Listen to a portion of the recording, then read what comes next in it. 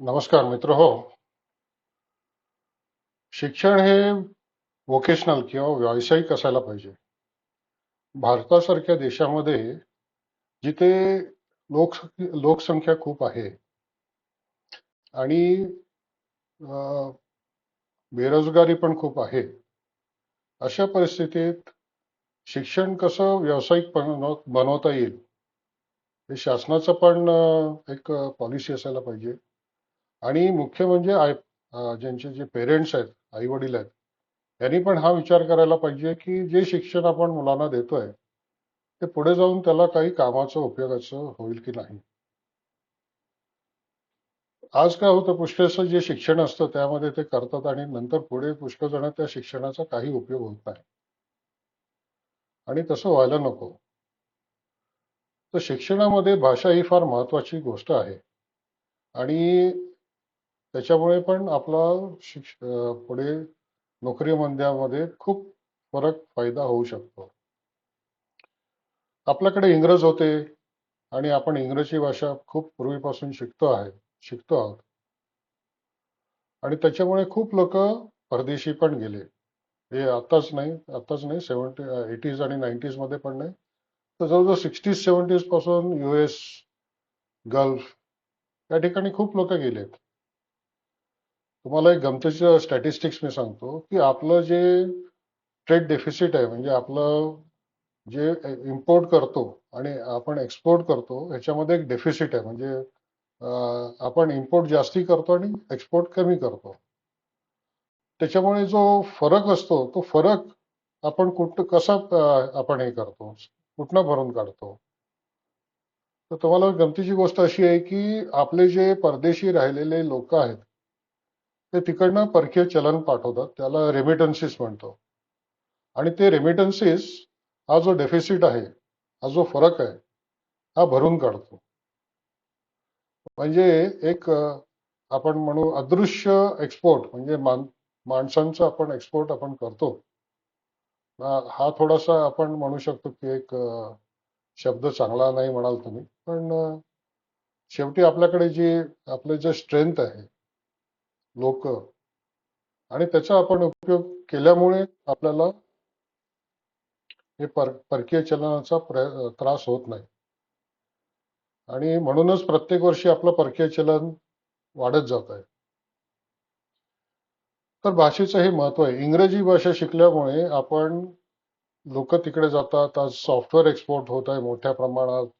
तिकडे गेलेल्या कंपनीज पुढे जाऊन बिझनेस प्रोसेस आउटसोर्सिंग, म्हणजे इंडियामध्ये जाऊन ते लोक युनिट्स, बँगलोर, पुणा इकडे युनिट्स टाकतात आणि आउटसोर्सिंग करतात.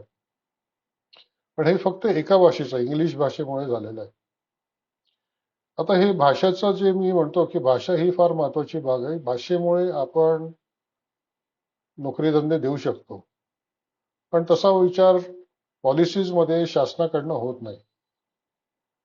आपल्याकडे 3 भाषा आपण शिकायला मुलांना लावतो. त्यामध्ये एक माझं म्हणणं आहे की जी लोकल भाषा आहे, रिजनल भाषा आहे, ती मुलांनी शिकली पाहिजे. कारण जमिनीशी नातं त्यांना जोडणं, लोकांबरोबर, इतर लोकांबरोबर मेल मिलाप करून राहणं, त्यांच्याबरोबर आनंदाने राहणे महत्वाचं आहे. आणि त्यांची भाषा, तिकडची लोकल भाषा शिकली पाहिजे.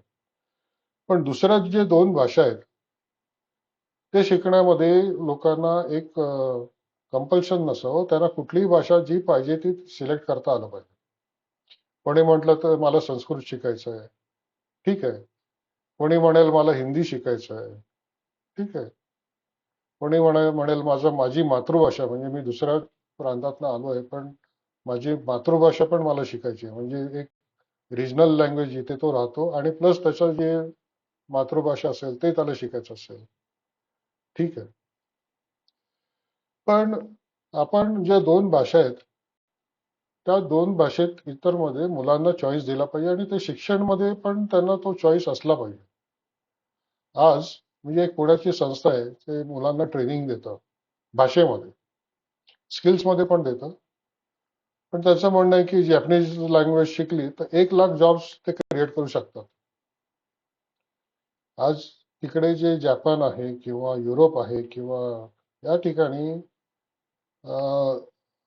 वयस्कर लोकांचं म्हणजे रिटायर्ड लोकांचं पॉप्युलेशन वाढत चाललंय आणि त्यामुळे तिथे खूप मोठ्या प्रमाणात जॉब निर्मिती होते. टीचर्स आहे, नर्सेस आहे, प्लंबर्स, इलेक्ट्रिशियन असे खूप ठिकाणी लोकांची गरज आहे.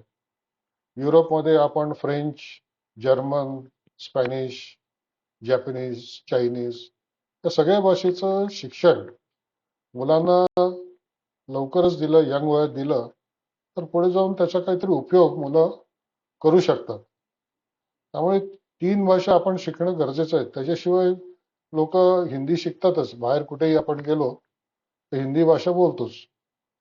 आपण मुंबईची हिंदी बघितली, हैदराबादची हिंदी बघितली, ठीक आहे, एक कम्युनिकेशन म्हणून लोक शिकतात. पण त्याचं कंपल्शन करण्याचा जो प्रयत्न चाललाय तो माझ्या मते चुकीचा आहे. आपल्याकडे लोकल लँग्वेज आणि 2 भाषाचा एक फ्रीडम, की तुम्ही कुठला भाषा सिलेक्ट करायची आहे ती तुम्ही सिलेक्ट करा.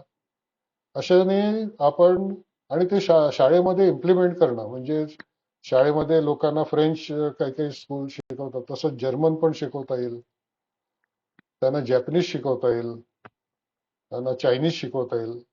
तर वेगवेगळ्या लँग्वेजेस शिकण्याचं मुलांना चॉईस असलं पाहिजे. आणि हे म्हणजे ते जवळजवळ 4 भाषा शिकतात. जी लोकल लँग्वेज आहे, एक त्यांना पाहिजे तर संस्कृत किंवा हिंदी किंवा जी काही भाषा असेल, मातृभाषा किंवा जे काय असेल, आणि त्यांना अजून एक भाषा जी त्यांना पाहिजे ती सिलेक्ट करायची असेल ती करू शकतात. इंग्लिश करता येईल, स्पॅनिश, फ्रेंच, कुठलीही त्यांना लँग्वेज शिकता आली पाहिजे.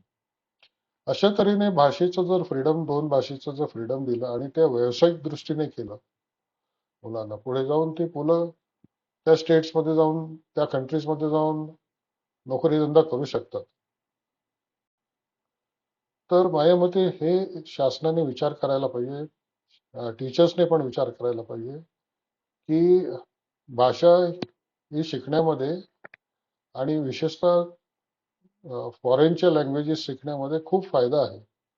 मी माझ्या अनुभवानेच सांगतो की नोकरी धंद्यामध्ये दुसऱ्या भाषेचं शिक्षण देणं हे नोकरी नोकरी देऊ शकतं, धंदा देऊ शकतो.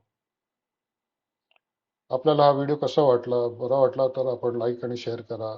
थँक्यू, धन्यवाद.